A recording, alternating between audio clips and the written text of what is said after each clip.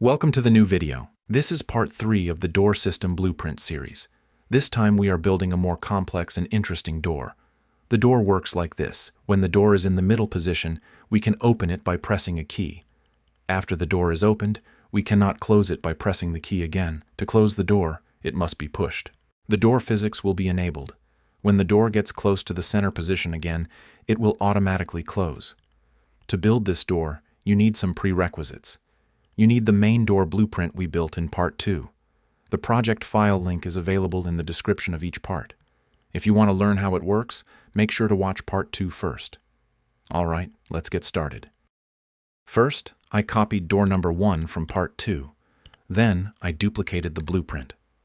We will modify this blueprint to reach the final result. Let's test the door first.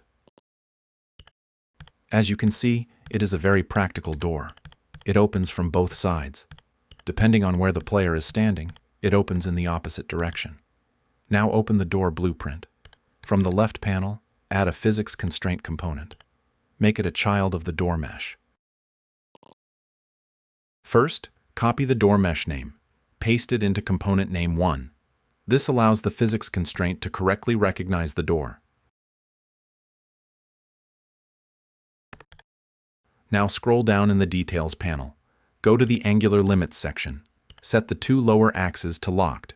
Set the first one to limited. Set the angular limit value. I will set it to 91 degrees. Because of the orientation, rotate it by 90 degrees to fit correctly. The physics constraint setup is now done. Now select the door mesh. In the Details panel, enable Simulate Physics. Enable Mass Override. Set the mass to 200. Then set angular damping to 15. Now all of the Details panel settings are done. Save the blueprint. Then open the event graph.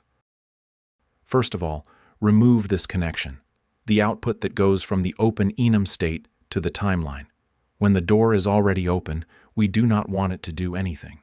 At the end of this logic, get the door mesh. From it, add Set Simulate Physics. Connect it to the open enum state. Make sure Simulate Physics is enabled. Now let's move to the main part.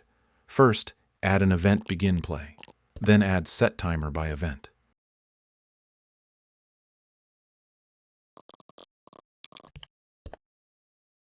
Set the time to 0.02. Enable looping.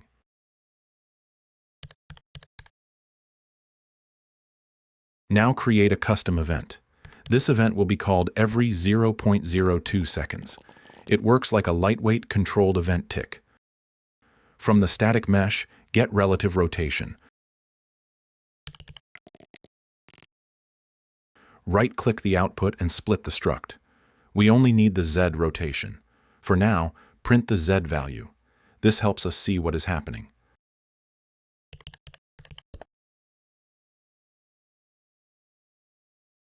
Now, we need a rule. Add a branch node. For its condition, add in-range float.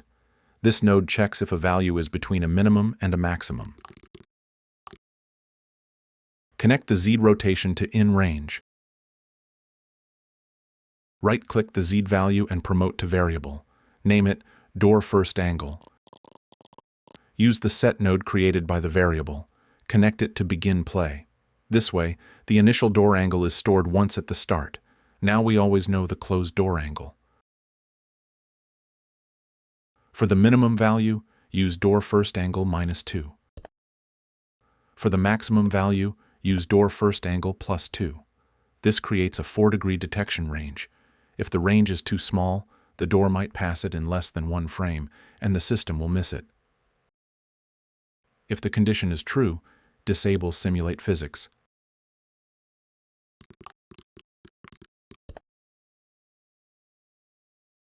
Then add Set Relative Rotation.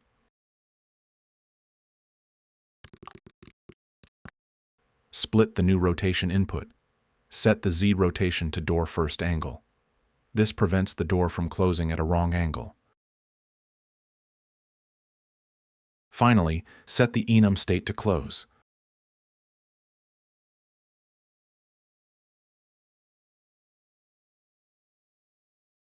Now find the lerp node after the timeline. Connect first angle to input A.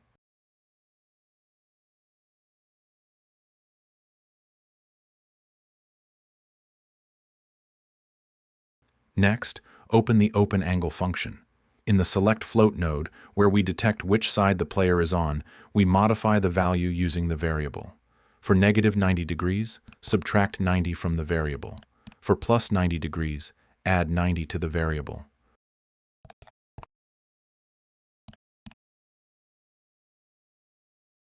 Now the door should work correctly. Let's test it.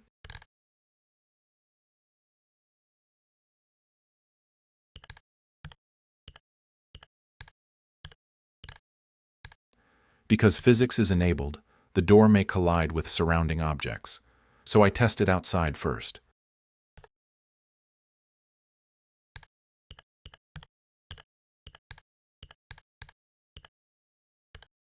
As you can see, it works correctly.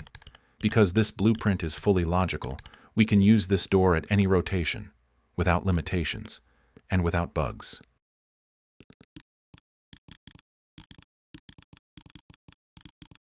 Now the door is finished, but we still have two small issues to fix. The first issue is input activation. Right now, anything that enters the box collision can activate the input. Here I test it with a simple box.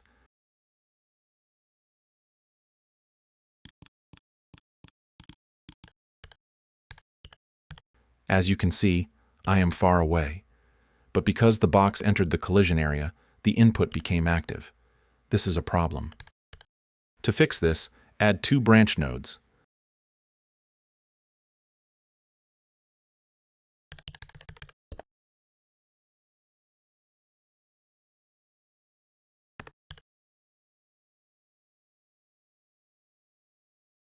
Then add a getPlayerCharacter node. Compare other actor with getPlayerCharacter using an equal node.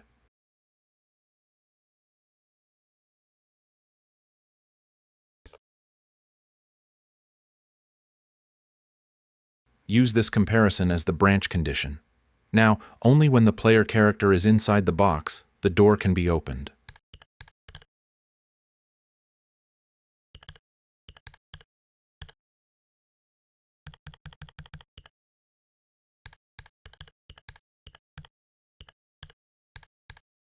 Let's move to the last issue. In this blueprint, I added comments for almost every section. This helps anyone who downloads the project understand what is happening. There are also two red empty spots. These are placeholders for sound effects if you want to add them later. For the final issue, we do not need to constantly check the door angle when the door is closed. After the custom event, get the door state variable. Use an equal enum node. Set it to open. Connect this condition to a branch. This way the angle check only runs when the door is in the open state. With this change, we reduce some possible bugs. That's it for today's video. I hope it was useful for you. Don't forget to like and subscribe. Keep in mind that this door may still have bugs. I did not have enough time to fully test it. If you find any issues, let me know. If you know a better approach, share it as well. I might learn something new from you. Thank you very much for watching until the end.